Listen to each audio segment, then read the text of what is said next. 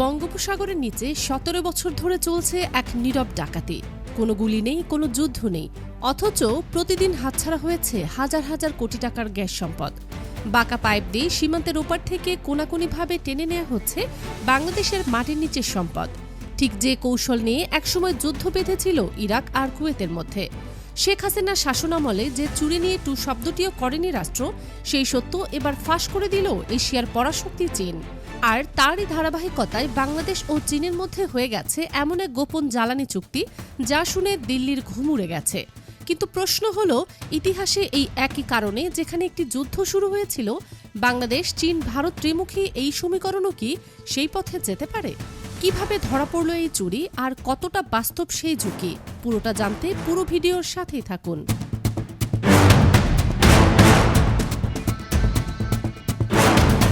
বঙ্গোপসাগরের নীল জলরাশির নিচে হাজার হাজার ফুট গভীরে চলছে আন্তর্জাতিক লুটপাটের এক মহোৎসব।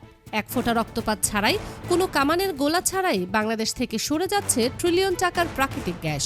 এই কৌশল নিয়ে যে তথ্য এখন প্রকাশ্যে এসেছে, তার উৎস বলা হচ্ছে চীন।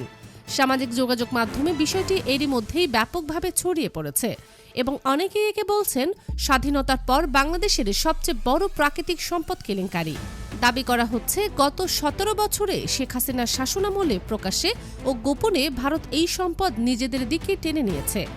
এই সময় বাংলাদেশের জ্বালানি খাত সংক্রান্ত সিদ্ধান্তগুলো ঘিরে বারবার প্রশ্ন উঠেছিল, কিন্তু প্রতিবারই তা ধামাচাপা পড়ে গেছে বলে অভিযোগ।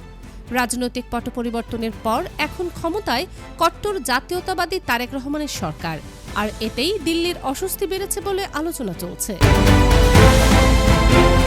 অভিযোগের বৈজ্ঞানিক ভিত্তি হিসেবে বলা হচ্ছে, পদার্থবিজ্ঞানের একটি সাধারণ সূত্র।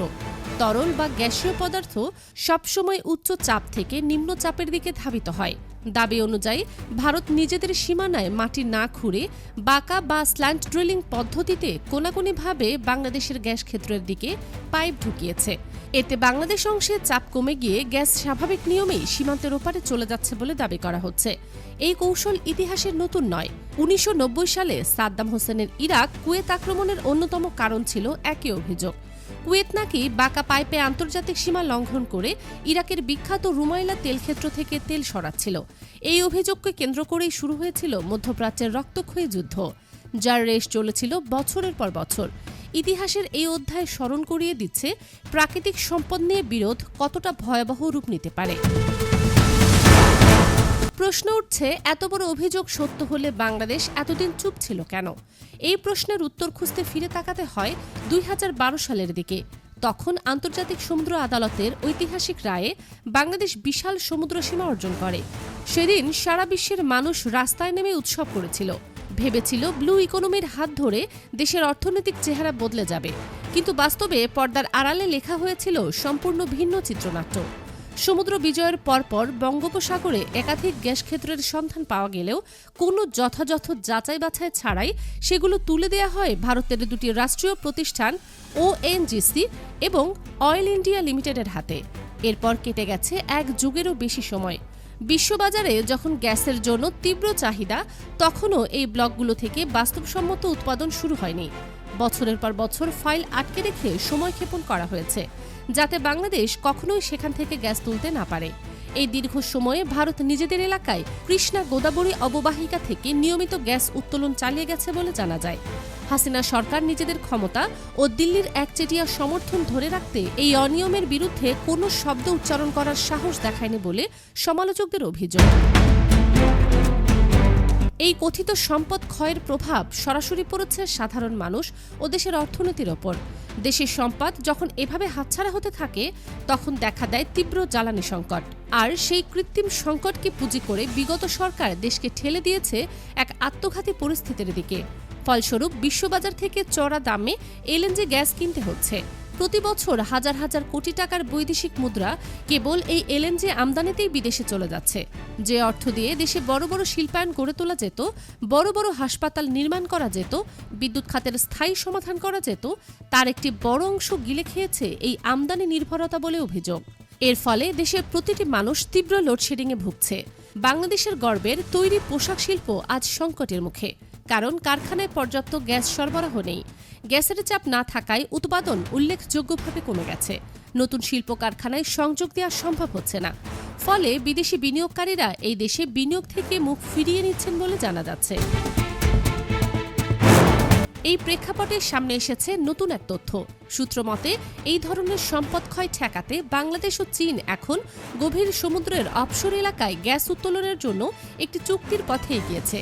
বিশেষজ্ঞদের মতে এর ফলে বাংলাদেশ নিজস্ব প্রাকৃতিক সম্পদ কাজে লাগাতে পারবে এবং গ্যাস আমদানি কমিয়ে বৈদেশিক মুদ্রা সাশ্রয় করতে সক্ষম হবে। ঢাকার মসনদে এখন শেখ হাসিনা নেই, বরং শাসন ক্ষমতা এসেছে সম্পূর্ণ বাংলাদেশি জাতীয়তাবাদে বিশ্বাসী তারেক রহমানের হাতে। সরকার দায়িত্ব নিয়ে স্পষ্ট বার্তা দিয়েছে, দেশের 1 ইঞ্চি জমিও সমুদ্রের নিচের 1 ফোঁটা সম্পদও অন্য কাউকে ভোগ করতে দেয়া হবে না।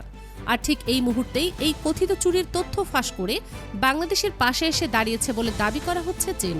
বলা হচ্ছে, বেইজিং অত্যাধুনিক প্রযুক্তি ও নজরদারি ব্যবস্থার মাধ্যমে বঙ্গোপসাগরের নিচে চলা এই কথিত কার্যক্রমের প্রমাণ বাংলাদেশের হাতে তুলে দিয়েছে এবং দীর্ঘমেয়াদী সমাধানের একটি প্রস্তাবও দিয়েছে। পশ্চিমা কোম্পানিগুলোর প্রচলিত প্রভাব ও দিল্লির আপত্তি উপেক্ষা করে তারেক রহমানের সরকার সরাসরি চীনের প্রধানমন্ত্রী শি জিনপিং এর সঙ্গে একটি গুরুত্বপূর্ণ ও গোপন জ্বালানি চুক্তির দিকে এগুচ্ছে বলে খবর এসেছে। গভীর সমুদ্রে অফশোর ড্রিলিং প্রযুক্তিতে চীনের রাষ্ট্রীয় প্রতিষ্ঠানগুলোর সক্ষমতা তুলনামূলক এগিয়ে বলে মনে করা হয়। আর বাংলাদেশের ব্লকগুলো থেকে সম্পদ আরোহণের পূর্ণ সহায়তার প্রতিশ্রুতি দিয়েছে চীন বলে জানা যাচ্ছে। এই খবর দিল্লিতে পৌঁছানোর পরে নীতি নির্ধারক মহলে চরম উদ্বেগ দেখা যাচ্ছে বলে আলোচনা চলছে।